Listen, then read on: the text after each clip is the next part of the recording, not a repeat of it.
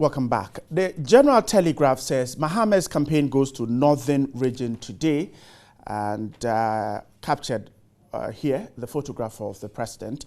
Also on the front page of the General Telegraph, campaign rampers over road infrastructure. Voters will decide the truth on December 7th. That's according to the standard bearer of the NPP, Nana Akufo-Addo. We'll talk about those two issues. The Finder says WASI, over 1 million flop in 6 years. They failed to score grades A1 to C6 in core subjects. And that's the Finder. And Ghana State Queen calls for peaceful elections. We'll talk about that later too. And then the Daily Statesman says Mahama fails to stop Tamale demonstration today. Now, quickly on the Daily Guide, it says on this front page, Acheampong is not for sale. And also on the front page of the Daily Guide, Obinim wanted, please give 24-hour ultimatum. I'm sure we'll share some thought on that. And the Daily Graphic says, Tema police locate training ground for armed robbers, and Xiao Japan do 4 others on it. That's on the front page of the Daily Graphic. The BNFT has deposits raised hot up as banks raise interest to attract savings. We'll talk about that too. And also on the Today newspaper, police officers withdrawn from Donkokrom, the incident that happened last week. We're told police officers have decided to leave the community. We'll find out exactly how it will impact on security. My guest this morning to help me do the talking to my left is the Member of Parliament, extreme left, the Member of Parliament for the Agyarko West Worgon constituency, a member of the NPP. Mr. Emmanuel Wilson Jnr. Good morning. Morning. And I hope you're doing great. By the grace of God, I'm fine. Thank you for joining us. And then to my immediate left is a communication director of the PNC, Emmanuel Wilson. Emmanuel, good morning. Good morning. I hope you are doing good. Very well, and you? I'm great too. Fantastic. Thanks for coming. To my right is the aspiring Member of Parliament for the Cape Coast North constituency of the NDC, Mr. Kobby Acheampong. Good morning too. Good morning. And I hope you're doing well. Doing very well. Great. Now let's start with this one. I'm sure some politics this morning will do. And President Mahama's campaign goes to Northern Region today, and campaign rampers over road infrastructure. Voters will decide the truth on December 7. Now, the story is suggesting that the president, after the launch of the party's campaign in Cape Coast, is going to a second region. That's the Northern Region, and we're told it is today that we'll see the president there.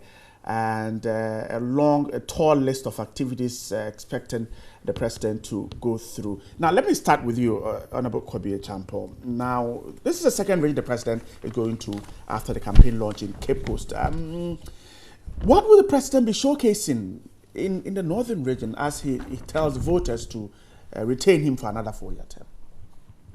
Well, good morning to our cherished viewers.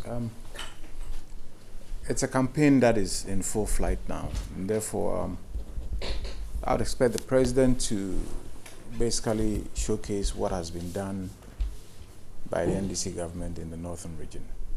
And there is a lot to be shown. I mean, from road networks to clinics to CHIPS compounds to any other thing that senior high schools, to any other infrastructural projects that the NDC government has done over the period it's been in power. But this trip to the Northern Region is also for the president to basically do what I call a lot of groundwork. You know, in the last election, 2012, the NDC lost close to 10 seats in the Northern Region. Right, out of the 31. Exactly, and it is our aim to claim those seats back. And therefore, the president will be visiting perhaps a lot of those constituencies to drum home support for the candidate and for himself. And for me, that is what becomes the crucial part of this whole Northern Region trip, because we need to reclaim those seats, and that gives the president a lot of more votes at the end of the day. So yes, I think the 4 or 5 days that will be spent in there will be to basically get to the ground, talk to people, have an understanding of the issues they have, and then move on with the program of securing those 10 seats back while we retain the other 21 seats that we want. So in a nutshell, it's going to be a hectic week for the president, but knowing him, he's very strong. He'll be up to the task, and he'll be able to showcase what the NDC government had done, therefore cementing the need to retain him in power. How worried is the NDC? You talk about those 10 seats that were lost. Some members of the NDC in the Northern have raised concerns that the rise of independent candidates from those who were unable to retain their position as candidates in the last primaries has resulted in a lot more of them threatening to go as independent, and that threatens the party's desire to retain these 10 seats. How worried is the NDC? Well, I don't think there's a need to worry, because, you know, the campaign that is being conducted by the president also seeks to address a lot of these issues. I mean, after a campaign day, the president would have the opportunity to meet with all of these candidates who are baying to go independent and basically get an assessment of why they want to do that and talk them out of it. And for me, that is what is the crucial part of it, because if we are not able to do that, then what we do is we split our votes. Right. One goes independent, one goes for the party. The total population that will vote for both groups becomes split, and it's possible for the NPP or any other political party to run through. And therefore, I think the president will spend time dealing with these core issues on the ground, and at the end of the day, I believe a lot of those people who are baying to go independent will put that wish aside. And I come back to talk about the impending demonstration that is expected whilst the president is there. But let me go to Emmanuel Wilson of the PNC. The president is in the northern region, and of course several issues likely to come up.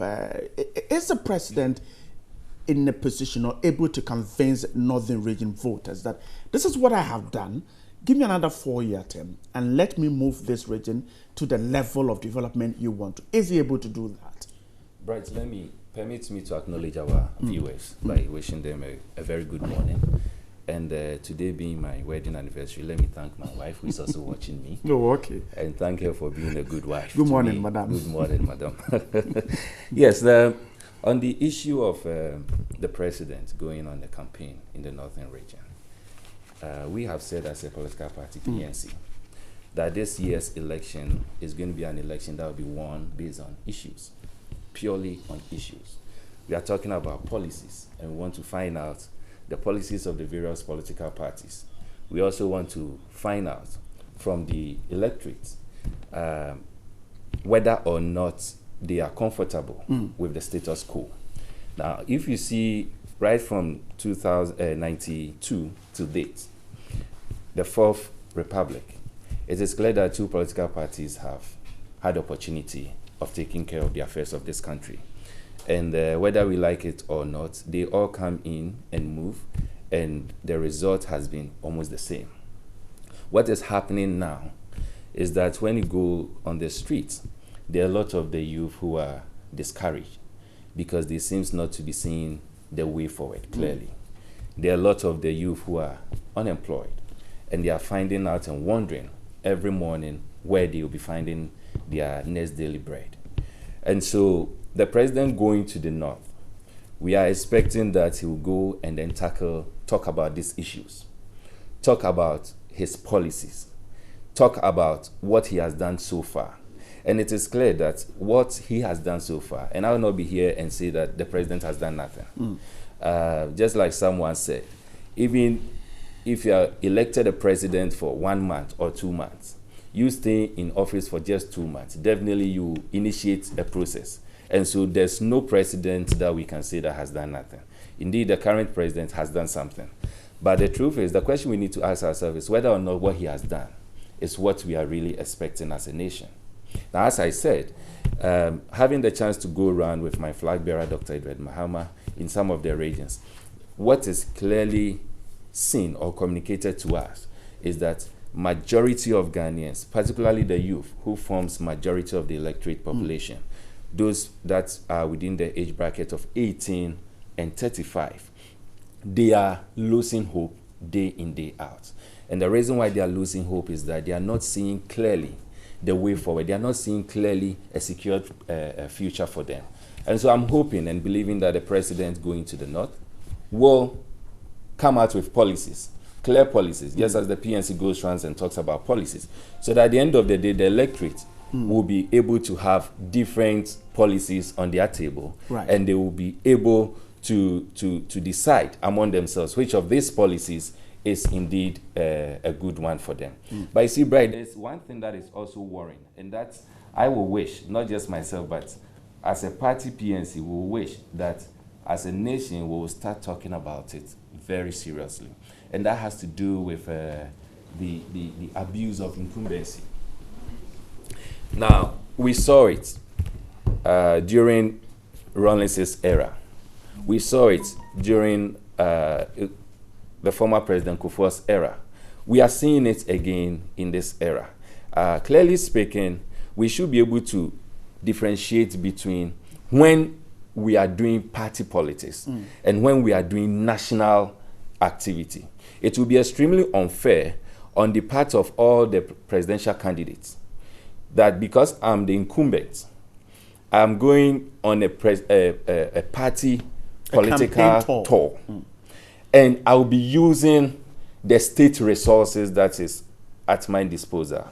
What it means is that I'm going to create an unfair ground for my colleague competitors. And so it is time for us as a nation, for us to really start debating and discussing among ourselves when we should involve state resources when we are going on party campaign or we are going on a campaign tour, and when not to involve state resources when we are doing party politics. So for you, we should start the debate. I am of the strong opinion that this is the right time for us to start the debate, whether or not we should, we should even define what constitutes abuse of incumbency, because that is the first step. And if you're able to define it, then we will know whether an incumbent is breaching that definition or is not breaching that definition, because it will be extremely unfair. And I recall in the 96 elections, Dr. Edward Mahama has always given this scenario that, the 92 elections has given this scenario where they were going around campaigning, and their car, he was then with the former president, late Dr. Liman. And they got to a particular place and their car got stuck. So they were working on, the mechanics were working on it so that they can move to the next destination to go and campaign. Within a split second, they saw a helicopter passing, flying on top of them, and the helicopter went to that vicinity. And the helicopter was having the then president, Rawlings. You see? So I am sure the helicopter didn't belong to President Rawlings. Neither was it for the NDC party. It was a state helicopter. But because the president was then the incumbent president, he decided to use the state resource to his advantage. And you see, when you do this, what you are doing is that you are not creating a fair playing ground for the other political parties. I'm happy you said that we should start the debate now because you think that there's a gray area and we need to take a look. I think we'll get a chance to discuss it. Let me go to Honorable Emmanuel Agyarko. Mr. Agyarko, so President Mahama is in the northern region beginning today, and to ask for the votes of the people there. For the NPP, you're also doing the same, not in the northern. But is the president's trip for you able to convince the northern region that he needs a second term in office? Well, thank you for having me on the platform, and let me use this opportunity to say a good morning to viewers, most especially my constituents, the good people of Ayawaso West Logan. Good morning to you. Tomorrow is homework for the people in my constituency. They originally come from La, and tomorrow is homework for them. I take this opportunity to wish them afi ayani baninawo.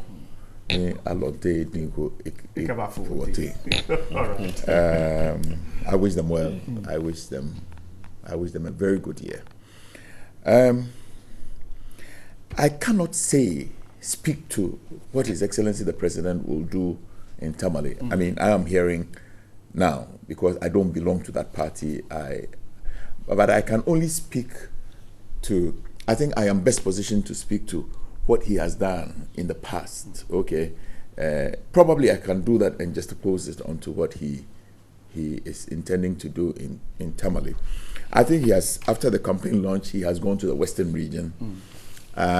It is, for me, it is the same broken record that was played. I have done the roads. I have built some hospitals.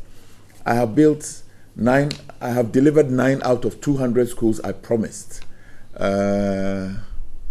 So that is enough basis for you to vote for me. Did you hear me? He said, I've built some roads.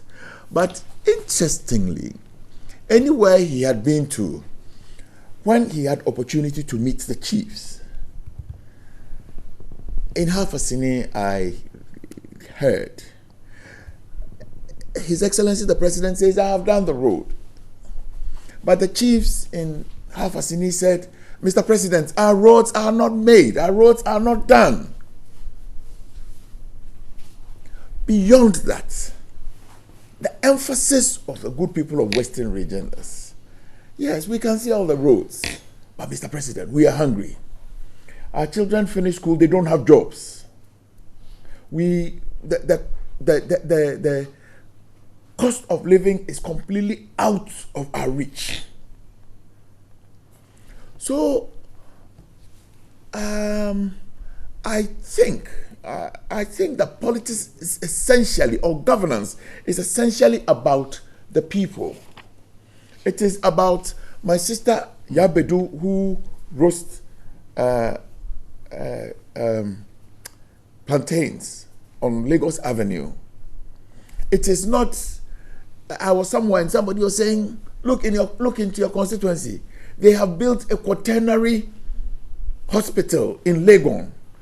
My sister Yabedu will tell you, I don't even have access to a primary facility next door to me. I speak of health. You see, in health, you have a primary facility, a secondary facility. A secondary facility is like a district hospital. A tertiary is Kolibu. Now they have built a quaternary. The good people in my constituency cannot afford to go to Legon Hospital, which is a secondary facility. So, I mean, they are not enthused that you tell them that you have built a quaternary facility. It will be good to teach residents, postgraduate medical doctors. It will be a good facility. It will reflect on the health sector. To even bring people from Nigeria and the sub-region to train them. It's fine. But I am saying that Ata Ni, who lives in Aglashi, is not hearing, is not seeing. He has a challenge. He cannot go to the big referral, the next referral hospital close by him. I can completely agree with Wilson. As for infrastructural facilities, His Excellency the President, when he was vice presidential candidate then, said that any party that will dwell on I have built this, I have done this, was an exercise in mediocrity. This country has been visited with a huge proportion of an exercise in mediocrity. What has happened to the life of Yabedu, who roasts plantain in? He can't pay his children's school fees. It is impossible to go to the hospital because when he goes, they will tell him that national health insurance, the cliche is that cover. So yes, His Excellency the President will go. There will be fanfare in Tamale, his home region. And a new international airport has been built. And I am happy that Tamale has an international airport. I am extremely happy. I would to God that there will be another one in Sunyani. I would to God that there will be another one in Ho. I would to God that the airport in Kumasi will have the same facilities. It will be able to carry to carry wide-bodied aeroplanes. Okay. I am a Ghanaian and I want the good people of this country to receive the benefits. But apart from the 6,000, our brothers who are doing the Hajj, who will fly out of there, what is the benefit for Isa Al-Hassan, who lives in Tampion? But are these infrastructure you're talking about not the building blocks of an economy? I agree. It is part of the building. It is part of the building. So you see, it starts the process. But let us face re-energizing the economy. Okay, that is fine. Okay. I am waiting for a situation where, if the infrastructure comes, economics, I am not too schooled, so people should forgive me. Okay. There must be a certain reflection. If you pump so much money, as this government claims it has pumped so much money into infrastructure, I want to believe that it must begin to show clearly in all the other economic indices. So you don't see any hope at all? Can we find it? You don't believe in report from the Economic Intelligence Unit that this country is likely to see a booming economy in 2070? Who said that one? The Economic Intelligence Unit. Oh, really? I'm not aware of it. Says that any party that wins this year's election will preside over an economy that is very, very strong in 2017. I haven't seen. All right. You can make the reference. But you see, my class 1 knowledge is that if you put money into a certain system, it must clearly show in some of the economic indices. We still have an inflation which is high and it is rising. We still have a bad debt, GDP to debt. We still have a growth rate. I think that what the good measure of an economy is how your economy is growing. When we didn't have oil, when the world was in a financial crunch in 2007, 2008, in a non-oil economy, the economy grew by, is it 8.7%? It was around 7. In an oil economy that 4 years ago peaked at 14%. Today we are struggling. In the last recorded, we could not manage 3 points. Is it either 3.5 or 3.9?